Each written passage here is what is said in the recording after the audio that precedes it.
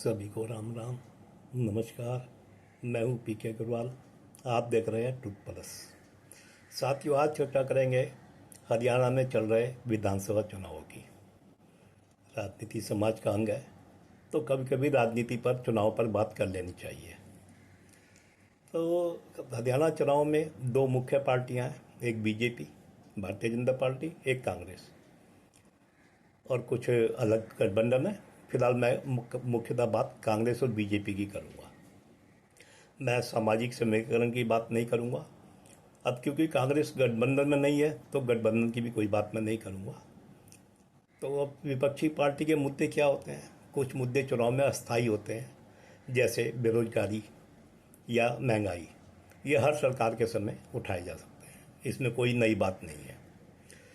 कुछ दो तरह के आंदोलन चल रहे हैं, किसान आंदोलन जो 3-4 साल हो गए हैं उसे, और एक पहलवान आंदोलन जिस पर लगता है कि वो हरियाणा के चुनाव में रख के, ध्यान में रख के बनाया चलाया गया है।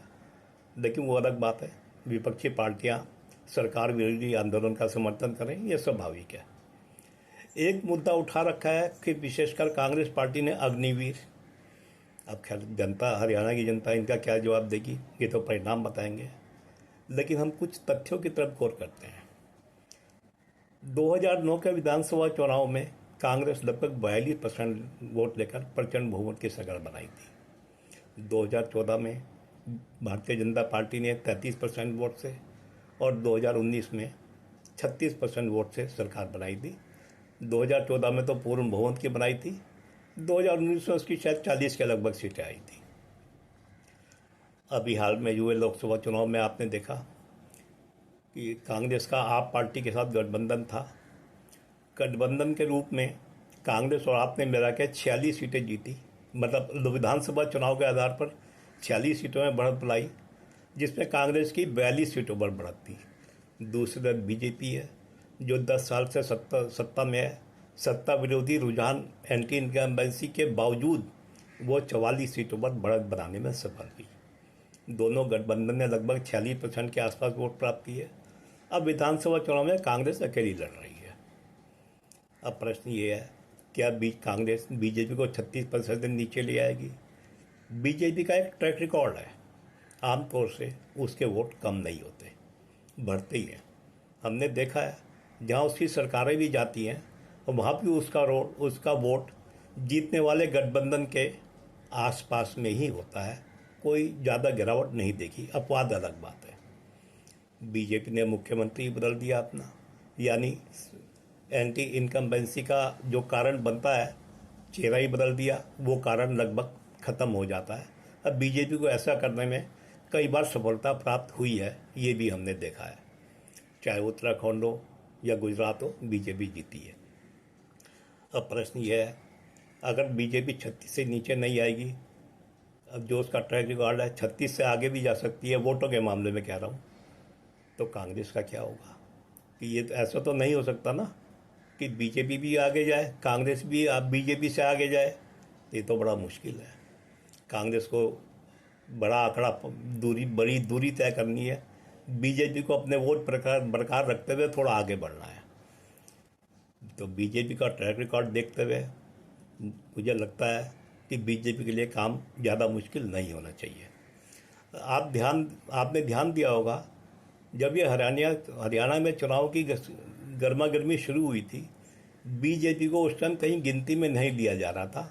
कुछ लोग तो 10 से 20 तक सीटें बीजेपी को दे रहे थे।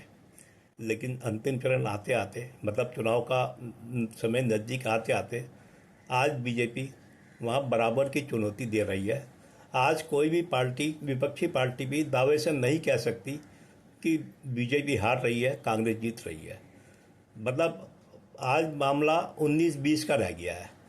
ऐसे माहौल में मेरी भी रुचि है, क्या होगा क्या नहीं होगा। प्रधानमंत्री कार्यक्रम भी स्थिति को बदलते हैं।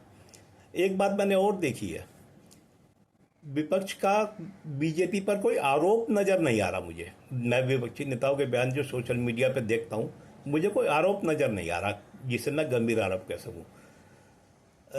जैसे होता है कि इन्होंने काम नहीं किया, इन्होंने भ्रष्टाचार किया, मान लिया ऐसे ऐसे आरोप, कि ऐसे आरोप का कम से कम विपक्षी लगाते ही हैं, ना ही विपक्षी अपने कोई 10 साल की उपलब्धि बता पा रही है। तो देखते हैं क्या होगा क्या नहीं होगा। आप भी प्रतीक्षा रखिए। मैंने अपना अनुमान बता दिया है कि बीजेपी सबसे बड़ी पार्टी हो सकती है, जो सरकार भी बना सकती है। हालांकि मैं ये भी बता दूं, मैं कोई पत्रकार नहीं हूं, मैं कोई राजनीतिक विश्लेषक नहीं हूं, मैं कोई चुनाव ज़मीन पर जाकर चुनावी सर्वे नहीं कर रहा हूं। मेरी सारी प्रतिक्रिया ये सोशल मीडिया यूट्यूब देखकर बनी है कि मैं थोड़ा उसका अध्ययन करने की कोशिश करता हूँ, फिर निष्कर्ष निकालने की कोशिश करता हूँ। इसलिए मुझे अपने विचार साझा करने में समय भी लगता है। तो मेरा अनुमान वही है, बीजेपी सबसे बड़ी पार्टी बनकर उभरेगी। तीसरी बार सरकार भी बना जाए तो कोई आश्चर्य नहीं होगा। बाकी चुनाव के बाद अगर कुछ और कहने के लिए होगा, अगर मुझे लगा कोई नई बात होगी तो मैं आपसे फिर साझा करूँगा। इससे पहले मैं कश्मीर के चुनाव पर भी अपना एक विचार साझा कर चुका हूँ, उस पर भी कोई बात होगी तो उस पर भी अब ज़रूर कुछ बात करूँगा रिजल्ट के आने के बाद। तो आप चाहें तो मेरा वो प्रोग्राम भी दे सकते हैं जो कश्मीरी चुनाव पर मैंने अपने विचार बताए हैं।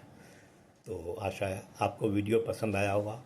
वीडियो पसंद आया हो तो वीडियो को लाइक करें, शेयर करें, चैनल को सब्सक्राइब करें। धन्यवाद। फिर मिलते हैं अगले वीडियो में।